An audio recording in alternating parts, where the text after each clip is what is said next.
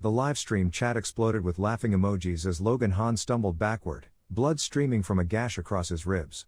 The horned hare, barely waist high, classified as the weakest ordinary creature in the first sanctuary, circled him with predatory patience. 300,000 viewers watched him die in real time. 0 souls. Logan strikes again, someone typed.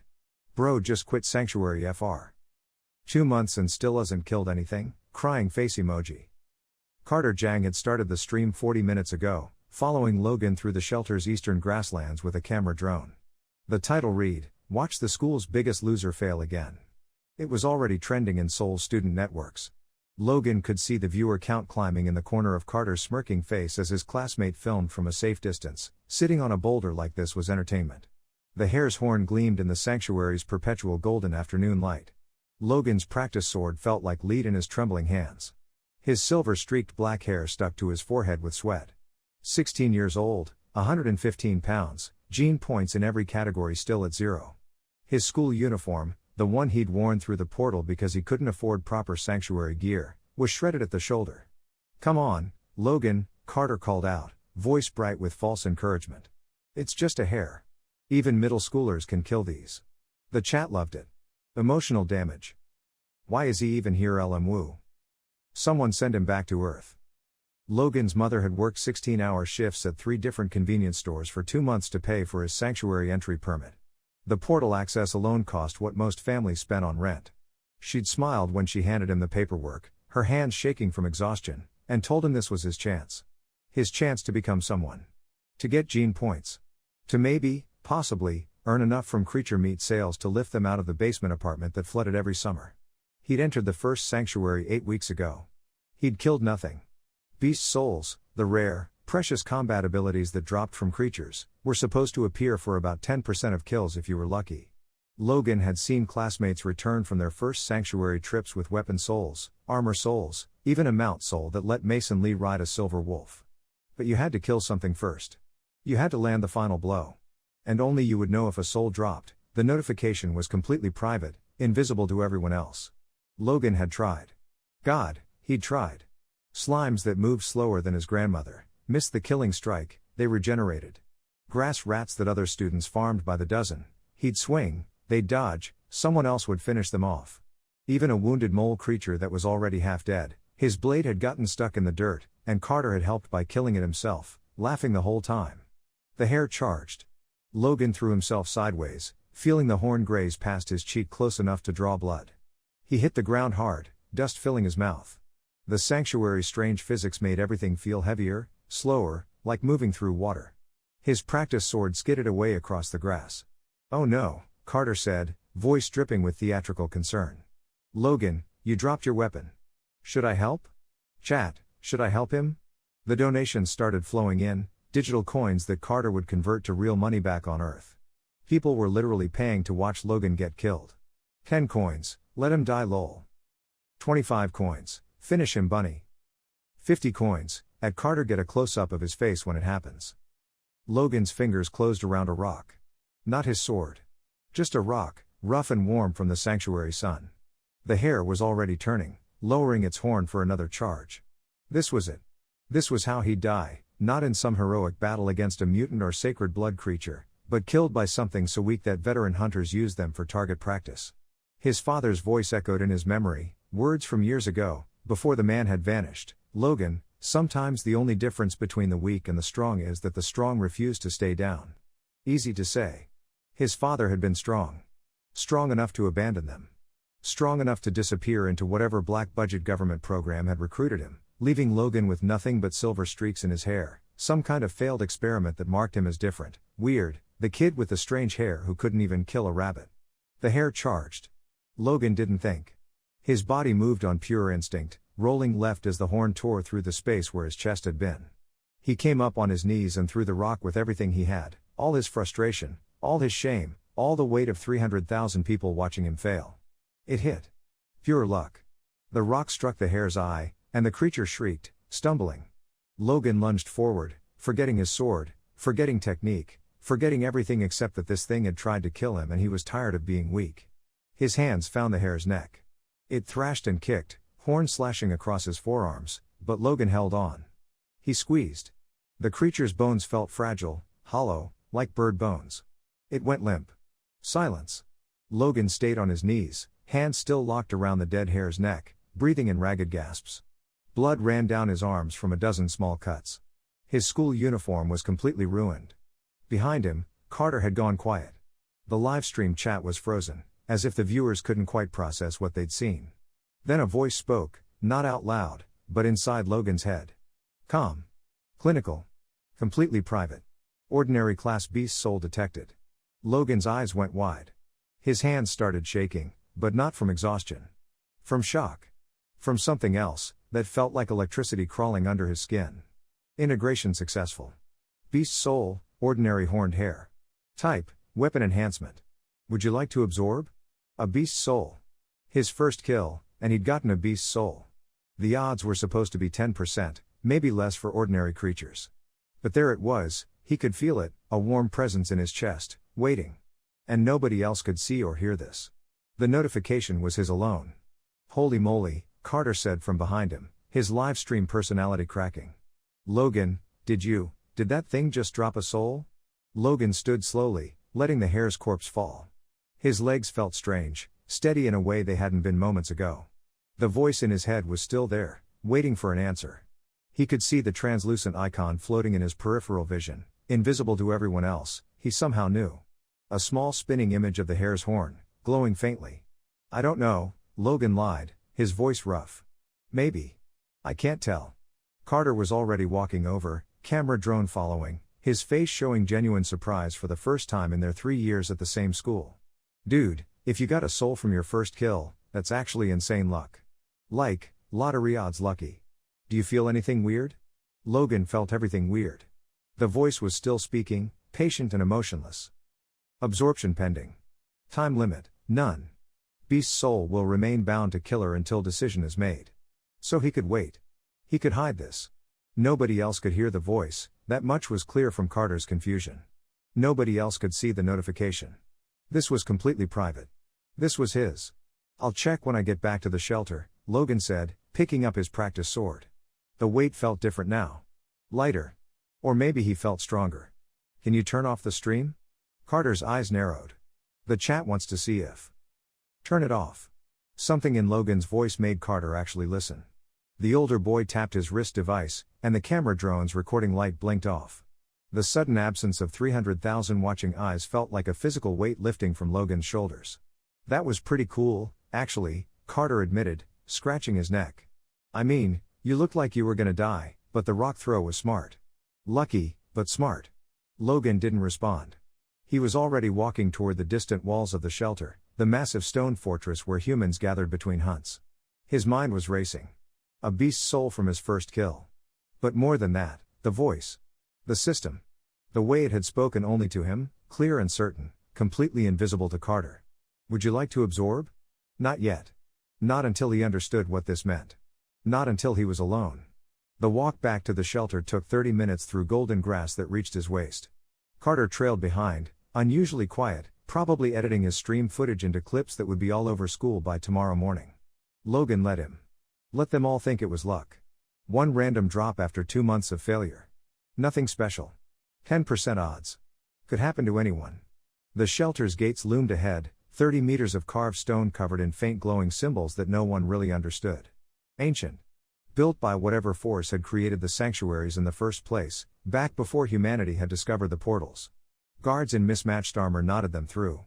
Inside, the shelter was like a small town, cobblestone streets, market stalls selling creature meat, repair shops, a tavern, housing complexes carved into the inner walls.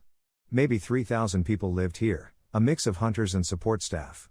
Logan headed straight for the public barracks where low-tier hunters rented bunks for a few dollars per night. His space was in the corner, just a sleeping mat and a storage box. Carter split off toward the nicer section where students with rich families stayed in actual rooms. Hey, he called back.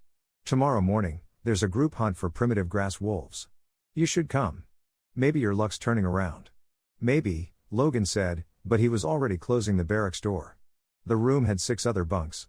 All empty right now, most hunters were either out in the field or drinking at the tavern. Logan sat on his mat, back against the cold stone wall, and finally let himself exhale. Would you like to absorb? Tell me what it does first, Logan whispered. The voice responded immediately, ordinary horned hair. Weapon enhancement type. When active, coats selected weapon with a hardened bone layer. Increases piercing damage. Duration, 30 seconds. Cooldown, 5 minutes. Material cost, none. Useful. Not flashy, but useful. Exactly the kind of basic combat soul that would help a beginner hunter. Logan felt a surge of relief, and then, immediately, suspicion. 10% chance. That's what everyone said.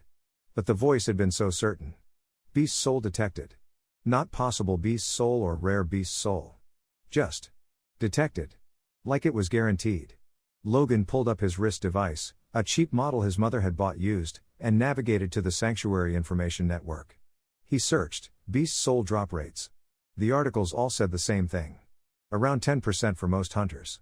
Some people went dozens of kills without seeing a single soul. Others got lucky and found 3 in one day. It was random. Chaotic. That's what made beast souls so valuable. You couldn't predict them, couldn't force them, could only keep killing and hope. But Logan had gotten one on his first kill. Absorb it, he said quietly. The warmth in his chest intensified, then faded. The translucent icon disappeared. Logan felt different. Not stronger, exactly. But more complete. Like something that had been missing was now there. He held out his hand, focused on his practice sword leaning against the wall. The bone coating materialized across the blade, a thin, ridged layer that looked like ivory. It faded after 30 seconds, just like the voice had said. Logan's heart was pounding. This was real. He had a beast soul. After 2 months of humiliation, he finally had something. Tomorrow, he'd go on that group hunt. He'd kill a grass wolf, a primitive tier creature worth actual money. He'd start earning, start contributing, start proving he wasn't useless. But tonight, sitting alone in the dark barracks, Logan let himself wonder about something else. Something that scared him more than the hair had. If his father really had experimented on him, if the silver streaks in his hair were a marker of some genetic modification, what if the experiment wasn't a failure? What if this was just the beginning? School the next morning felt like returning to a different planet. Logan had taken the portal back to Earth at dawn, emerging in one of Seoul's official sanctuary terminals, a massive government building that processed thousands of hunters every day. The trip home was 2 subway lines and a bus, all while dried blood still stained his ruined uniform under his jacket. His mother was already gone to work. Logan showered, changed into his spare uniform, and caught the tail end of breakfast service at school. The cafeteria buzzed with its usual morning chaos, 500 students packed into too small a space, the smell of rice and kimchi and instant noodles from the convenience corner, holographic displays on every wall showing sanctuary news feeds and celebrity hunter rankings. Logan grabbed a tray and sat alone, like always. His table was in the back corner, near the garbage bins. Close enough to hear conversations, far enough that no one acknowledged him. Did you see Carter's stream last night? A girl's voice, 2 tables over. Zero soul. Logan actually killed something. Just a hare, her friend replied. My little brother kills those for fun. Total fluke. Still better than nothing. I heard he might have gotten a beast soul from it. No way. With his gene trash luck? He probably just felt weird after the kill and thought it was a soul notification. Logan ate his rice methodically, keeping his expression neutral. This was normal. This was every day. 3 years at Seoul Science Academy, and he'd never sat with a group. Never been invited to parties. Never had someone save him a seat. The silver streaks in his hair made people uncomfortable, too unusual, too different, like he didn't quite belong in the normal distribution of humanity. Hey, Logan. He looked up. Mason Lee was weaving through the tables, tray in hand, his round face split in a wide grin. Mason was one of the few people who talked to Logan like he was human. Not exactly friends, Mason was friendly with everyone, but close enough. Dude, I saw the stream, Mason said, dropping into the seat across from him. That was brutal. Like, actually scary brutal. I thought the hair was gonna kill you. It almost did, Logan said. But you got it. With a rock. That's like, action movie stuff. Mason shoveled rice into his mouth, still talking. And Carter said you might have gotten a soul? Is that true? Can I see it? Logan hesitated. His new instinct was to lie, to hide, to keep the beast's soul secret. But Mason had already heard. Carter had probably told half the school. If Logan denied it now, it would look suspicious. Yeah, he said quietly. Weapon enhancement type. Nothing special. Mason's eyes went huge. Nothing special? Logan, do you know how rare that is? First kill, beast soul drop? That's like winning the lottery. You should go back today, hunt more stuff. Your luck is clearly insane right now. Maybe, Logan said, but his mind was elsewhere. If one kill had given him a soul, what about 2? What about 10? Was it really luck, or was something else happening? The cafeteria door slammed open. Carter Jang walked in with his crew, 6 other upper year students who all had expensive sanctuary gear and the kind of confidence that came from knowing they'd never struggle in life. They were loud, laughing about something, drawing attention naturally. Carter spotted Logan across the room and his expression shifted into something predatory. There he is, Carter announced, loud enough for everyone nearby to hear. Logan Han, the guy who finally killed his first creature after 2 months. Give him a round of applause, everyone. Historic moment. A few people actually clapped, mostly sarcastically. Logan kept eating, eyes on his tray. Don't react. Don't give them anything. Carter strolled over, his crew forming a loose semicircle behind him. Up close, he was tall, easily 6 feet, with the kind of build that came from expensive gene supplements and family-funded training. His sanctuary coat probably cost more than Logan's entire education. So, Carter said, leaning against Logan's table. That soul you got. What's it worth? $500? $1,000? I'm curious. I've got a buyer network that might be interested if you want to sell it. Mason tensed. Dude, he just got it. Why would he sell already? Because, Carter said, not looking at Mason, eyes locked on Logan. Logan's smart. He knows one weapon soul isn't gonna change his life. But the money could. Right, Logan? You could pay back your mom for that sanctuary permit. Maybe get her a day off. It was a calculated cruelty. Carter knew about Logan's family situation, everyone did. The school's financial aid roster was technically private, but information leaked. Everyone knew Logan was broke. Everyone knew his mom worked 3 jobs. Everyone knew he was only at Seoul Science Academy because of a charity scholarship program. Not selling, Logan said calmly. Carter's smile widened. Really? You're gonna keep a trash-tier ordinary soul? Logan, come on. Be realistic. You're never gonna be a serious hunter. You don't have the genes for it, you don't have the training, and honestly, you don't have the attitude. But you could at least make some money off the lucky drop. Something cold settled in Logan's chest. Not anger, anger was messy, emotional, the kind of thing that led to mistakes. This was colder. More focused. I said I'm not selling, Logan repeated, meeting Carter's eyes directly for the first time in months. Thanks for the offer. The cafeteria had gone quieter around them. People were watching now, sensing potential drama. Carter's crew shifted, ready to back their leader if this turned into something. Mason looked nervous. Carter studied Logan for a long moment, then shrugged. Your loss. Come on, guys. Let's let the lucky charity case enjoy his moment. They left. The normal cafeteria noise resumed. Mason let out a breath. That was tense, he said. I thought he was going to start something. He did, Logan said quietly. He just doesn't know it yet. Mason blinked. What? Nothing. Logan finished his rice and stood, collecting his tray.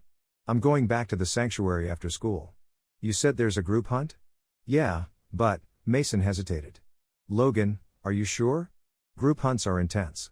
It's not like solo hunting a hare. There's primitive creatures, coordination, people actually expecting you to contribute. I'll be fine, Logan said. And he meant it. Because sitting in class all day, listening to teachers drone about gene theory and sanctuary economics, Logan had made a decision. He needed to test something. He needed to kill again and see if another beast soul dropped. If it did, if it happened twice in a row, then it wasn't luck. It was something else. Something his father had left him. And if that was true, everything changed. The afternoon crawled by. Logan sat in the back of his gene theory class while Professor Yang explained the hierarchy of creature classifications and the biological differences between ordinary and primitive gene points. Most of it was review, stuff everyone learned before entering the sanctuary. But Logan listened with new attention, trying to understand how his body might actually process these systems differently. Gene points are permanent, Professor Yang said, drawing diagrams on the holographic board. Each tier has a cap. Ordinary, 100 points, primitive, 100 points, mutant, 100 points, sacred blood, 100 points. Every point increases your physical capabilities, strength, speed, durability, healing. But the increases are subtle until you hit higher numbers. Most hunters spend years maxing their ordinary genes alone. A student raised her hand.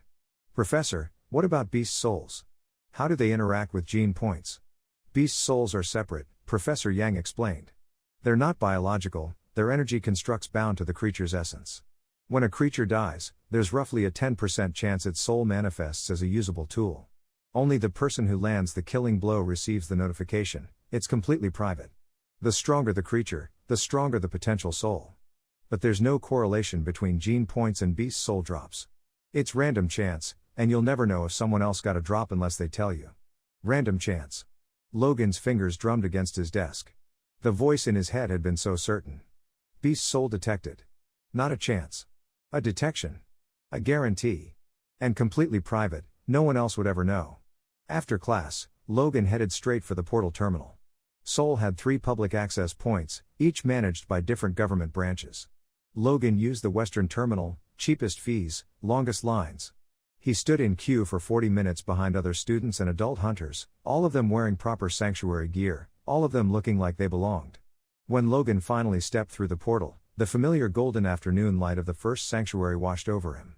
The transition was instant and disorienting. One moment Seoul's concrete and neon, the next moment grass and stone and distant mountain peaks that shimmered with unnatural clarity. The western shelter was smaller than the eastern one, more rural, built into a hillside.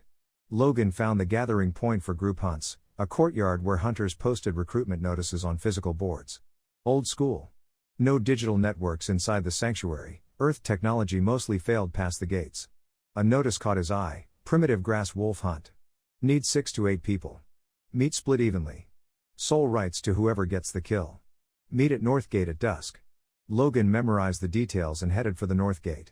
The sun was already starting its slow descent. Sanctuary days were longer than Earth's, roughly 30 hours of light before darkness fell. He had time. The group was already forming when Logan arrived. 7 people, ranging from late teens to 30s, all wearing mismatched armor and carrying various weapons. The leader was a woman in her 20s with a nasty scar across her jaw and a primitive grade sword strapped to her back. "You here for the wolves?" she asked Logan, looking him up and down skeptically. "You look young." 16, Logan said. "I can fight." "Can you follow orders?" "Yes." She studied him a moment longer, then shrugged. "Fine. Wolves travel in packs of 3 to 5. Primitive tier means they're smarter and faster than ordinary creatures.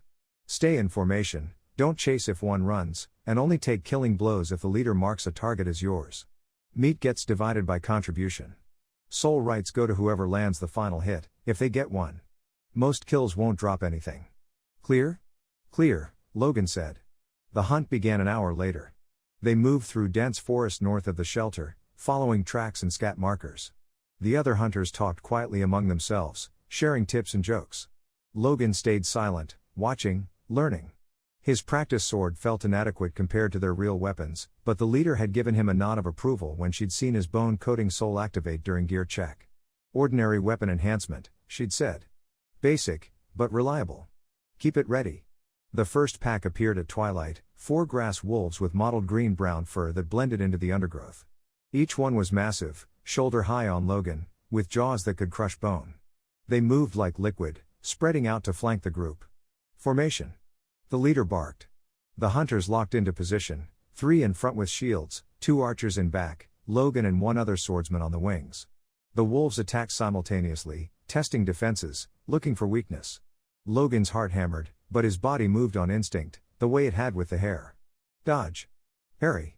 Wait for openings. One wolf broke through the left side. Logan intercepted it, his bone-coated sword catching its neck mid-lunge. The coating didn't break skin. These were primitive creatures, tougher, but it stunned the wolf long enough for the leader to plunge her sword through its ribs. "Good positioning," she said to Logan. "Stay sharp." They killed all 4 wolves over the next 10 minutes. Brutal, coordinated, efficient. Logan contributed but didn't land any killing blows. The leader distributed those to specific hunters based on performance. When the last wolf fell, the group set to work harvesting meat while Logan hung back, breathing hard, adrenaline still singing through his veins. Nobody announced any soul drops. Either no one got lucky, or they were keeping it private, which was smart. Beast souls were valuable. Announcing you had one was like painting a target on your back. The group made 3 more kills that night. Logan watched, helped, stayed useful. By the time they returned to the shelter, his share of meat came to about 7 pounds of primitive grade wolf flesh, Worth maybe $150 back on Earth. Not bad for 4 hours of work. But more importantly, Logan had a plan now. He needed solo kills. Needed to test if every single creature he personally finished would drop a soul. Because if the answer was yes, if he really had a 100% drop rate when the standard was 10%, then he couldn't hunt with groups anymore. Not without people noticing how lucky he was getting. He spent the next 3 days hunting alone during after-school hours. Small targets, horned hares, grass rats, slimes. Creatures so weak that veteran hunters ignored them. First hare, beast soul detected. Second hare, beast soul detected. First rat, beast soul detected. First slime, beast soul detected. Every single kill. Logan absorbed them all, mostly garbage tier ordinary souls, duplicates, things no serious hunter would keep. But each one confirmed what he'd begun to suspect. His father's experiment had worked. The silver streaks weren't a failure marker. They were a success marker. Logan had a 100% beast soul drop rate. 10 times the normal rate. And because soul notifications were completely private, nobody would ever know unless he told them. By the end of the first week, Logan had 27 beast souls. By the end of the second week, 48. He kept only the useful ones and began quietly selling duplicates at the shelter's trading post, small transactions, nothing that would draw attention. A weapon soul here, an armor fragment there. Each one worth anywhere from $50 to $300. Enough to start building actual savings. At school, things were changing too. Subtly. Logan walked differently now, straighter, more confident. He spoke up in class occasionally. He didn't flinch when Carter's crew passed in the hallways. Small changes, but people noticed. Mason definitely noticed. "Dude," he said one lunch period, pulling Logan aside. "What happened to you? You're like different. Did you find some secret training program or something?" Logan shrugged. "Just hunting more. Getting experience." "Yeah, but..." Mason lowered his voice. "People are talking.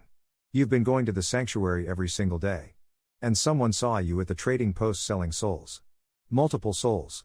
How many drops have you gotten?" "A few," Logan said vaguely. "Been getting lucky lately." Mason's eyes narrowed, not suspiciously, but curiously. "Logan, a few is like 3 or 4 over several weeks. The way people are talking, it sounds like you're selling souls pretty often. That's some really good luck." Logan kept his expression neutral. "Maybe I'm just hitting my stride. Figuring out better hunting spots. I guess," Mason said, though he didn't sound entirely convinced. "Just be careful, okay? People notice when someone suddenly starts doing well. Especially someone who was struggling before." "I know," Logan said. And he did. That was the problem. People were already starting to wonder. Carter had been asking questions. The trading post clerk had commented on how frequently Logan appeared. If he kept selling souls at this rate, someone would eventually do the math. Someone would realize that Logan was getting drops far more often than the 10% average. And then everything would fall apart. Logan needed to disappear. Not